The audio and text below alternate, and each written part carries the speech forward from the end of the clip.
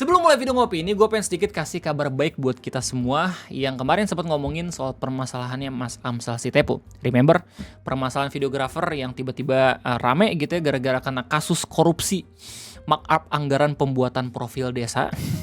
Dimana ini pekerjaannya harus beberapa tahun yang lalu, tapi akhirnya kita tahu kalau misalnya dalam beberapa tahun kemudian itu dikasusin. Dan yang bikin kaget orang-orangnya adalah ketika dicek RAB-nya, jaksa penuntut itu ngasih referensi kalau misalnya harga editing sampai harga narasi ya, pembuatan ide itu cuma 0 rupiah. Banyak banget orang-orang yang langsung kena gaslight sampai pada akhirnya di tanggal 1 April 2026 sidang vonis digelar dan kita dapat kabar baik kalau misalkan Mas Amsal Sitepu berdasarkan berita dari Kompas itu divonis bebas. Alhamdulillah. Terima kasih banyak buat masyarakat Indonesia yang udah ngeramein permasalahan ini gitu ya.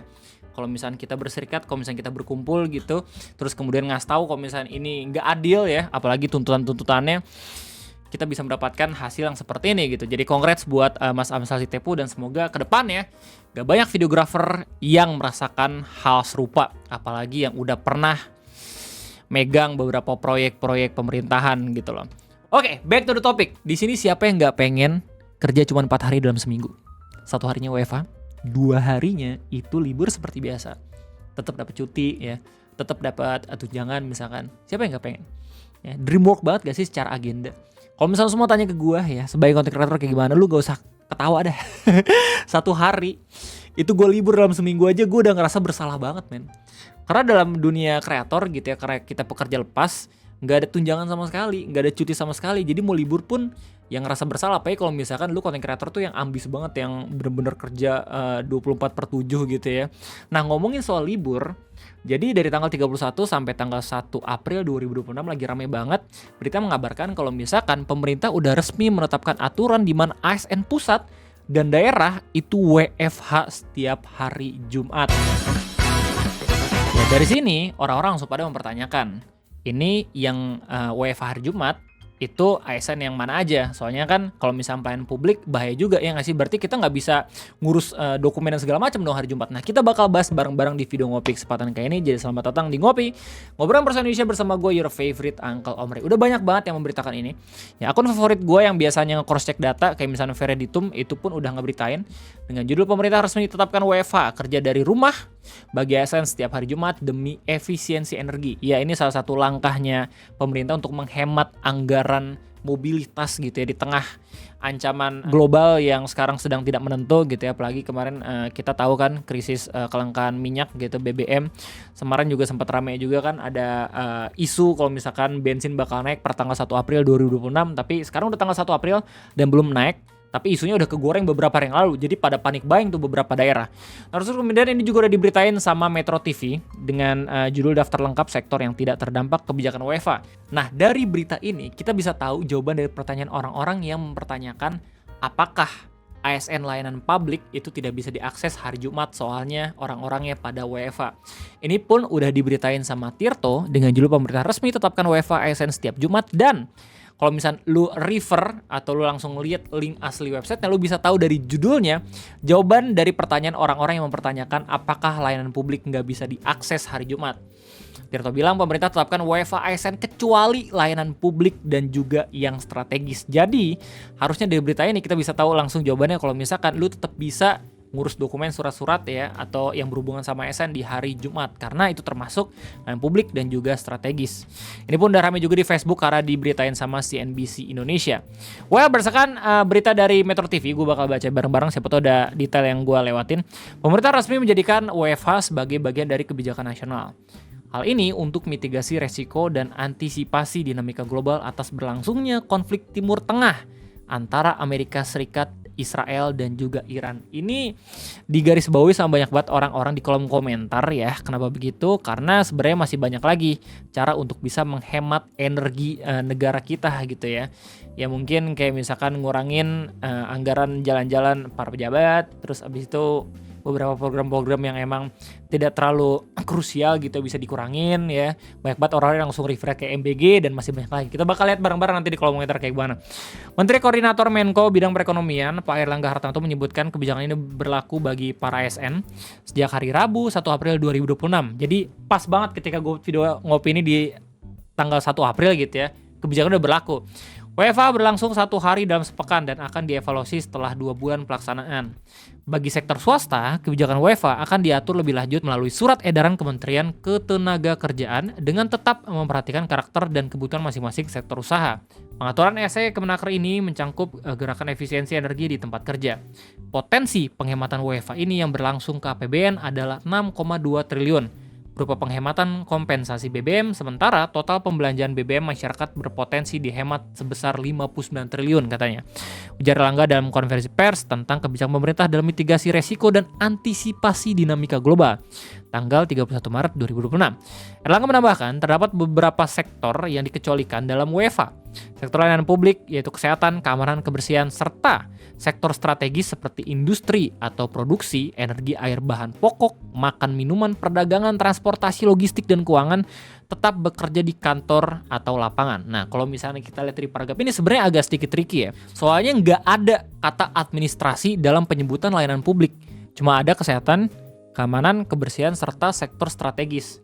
Jadi informasi yang bilang kalau misalnya mungkin hari Jumat tetap bisa ngurus dokumen masih harus dibuktikan di tanggal 3 April 2026 ya. Soalnya 3 April itu kan harusnya hari Jumat gitu. Kalau misalnya akhirnya tetap nggak bisa ngakses, nggak bisa ngurus-ngurus ya kayak misalnya KTP lah, terus pembuatan KK dan segala macam. Ya mungkin kita bakal tahu nanti dalam beberapa hari ke depan ya nggak sih. Tapi kalau misalnya pada akhirnya itu di WiFi juga parah sih menurut gua.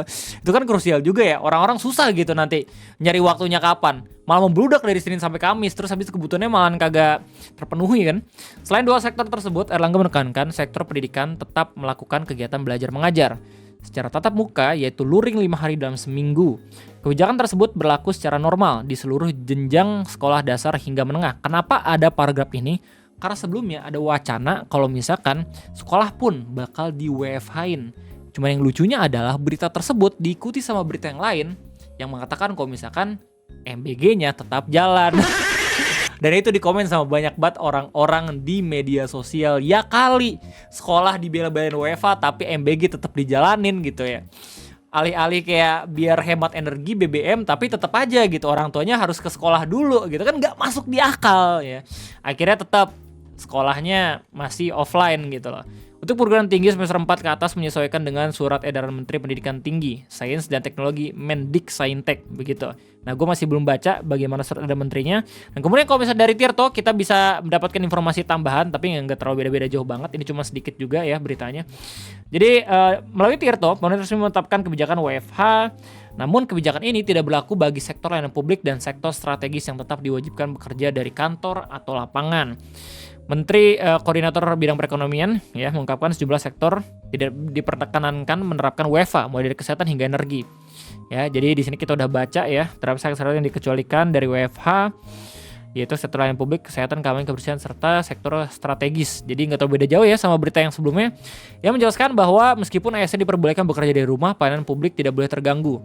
Sektor perbankan, pasar modal, dan kegiatan produktif lainnya tetap berjalan seperti biasa. Pelayanan publik itu tetap berjalan dan kegiatan produktif termasuk perbankan, pasar modal, dan yang lain itu tetap berjalan dan dipersilahkan untuk yang di kantornya mereka mengatur dengan aplikasi tertentu. Ya semoga ya dengan adanya informasi ini kita bisa tahu kalau misalkan pelayanan publik dalam bidang administrasi tetap bisa diakses ya untuk pengurusan dokumen dan segala macam. Erlangga mengatakan alasan pemilihan WFH di hari Jumat didasarkan pada pertimbangan efektivitas kerja sebab sejumlah kementerian telah lebih dulu menerapkan pola kerja 4 hari dalam sepekan pasca pandemi COVID-19. Kita pilih hari Jumat karena memang hari Jumat kan setengah artinya tidak sepenuh dari Senin sampai dengan Kamis. Oh ya, paragraf ini dikritik juga sama banyak banget orang-orang ya. Soalnya sebelum ada wacana WFH tuh hari Jumat, itu hari Rabu awalnya. Biar menghindari para ASN dan juga beberapa profesi-profesi itu terkesan kayak libur panjang. Jadi Jumat tuh disepelekan. Cuman akhirnya tetap dipilih hari Jumat karena beberapa pertimbangan ya. Gue gak tahu gimana caranya mereka ngasih pertimbangan gitu ya. Tapi beginilah hasil akhirnya. Sementara itu dari kebijakan WFH ini Erlangga memaparkan adanya potensi penghematan langsung terhadap APBN hingga puluhan triliun. Kita udah baca sendiri gitu ya berapa triliun yang berpotensi dihemat. Jadi begitulah kira-kira berita tentang penetapan WFH untuk ASN. Apakah masih relate? ASN itu adalah profesi idaman para mertua. Ya mungkin kalau misalnya pengen nyari kestabilan gitu ya, masih relate gitu. Tapi kayaknya ada beberapa profesi juga yang sempat rame itu PPPK-nya dibatalin buat menghemat energi dan juga anggaran ya. Gue nggak tahu itu gimana kelanjutannya. Yang jelas kayaknya itu aja mungkin bisa gue sampaikan terkait adanya berita mengenai kebijakan WFH pemerintah di tanggal 1 April 2026. Apakah ada di antara kalian semua yang emang udah merasakan WFH jauh sebelum adanya kebijakan ini? Silahkan tulis di kolom komentar. Gue rasa cukup sekian dari gue. Terima kasih banyak. Sampai jumpa lagi nanti. Oh ya, by the way, gue lupa satu hal. Ngelihat kolom komentar kayak gimana. Dan yang paling enak itu ngelihat postingan dari Facebook dan komentar-komentar anak-anak Facebook karena nggak pernah direm. Joko bilang, Pandu Adil, masuk full kerja santai aja cuy, ditambah WiFi di Jumat, nikmatnya. Nova bilang, yang ada malah pada main karena long weekend. Edi Slamet, Jumat pagi langsung ambil mobil dan jalan-jalan wisata, malah boros BBM. Riz usul kalau mau libur ASN buat hemat bensin itu hari Rabu bukan Jumat. Jumat nanti jadi long holiday lah, bukan menghemat malah bisa bengkak pengeluaran negara. Novi bilang kebijakan yang tidak bijak seharusnya diwajibkan pakai sepeda atau angkutan umum. Jo bilang aja perpanjang waktu liburan. Simon bilang harusnya WFH hari Rabu, ini malah kasih libur panjang dan masih banyak lagi. Begitulah kira-kira respon publik. Sekali lagi thank you banget, sampai jumpa lagi di next video ngopi gue undur diri. Bye bye.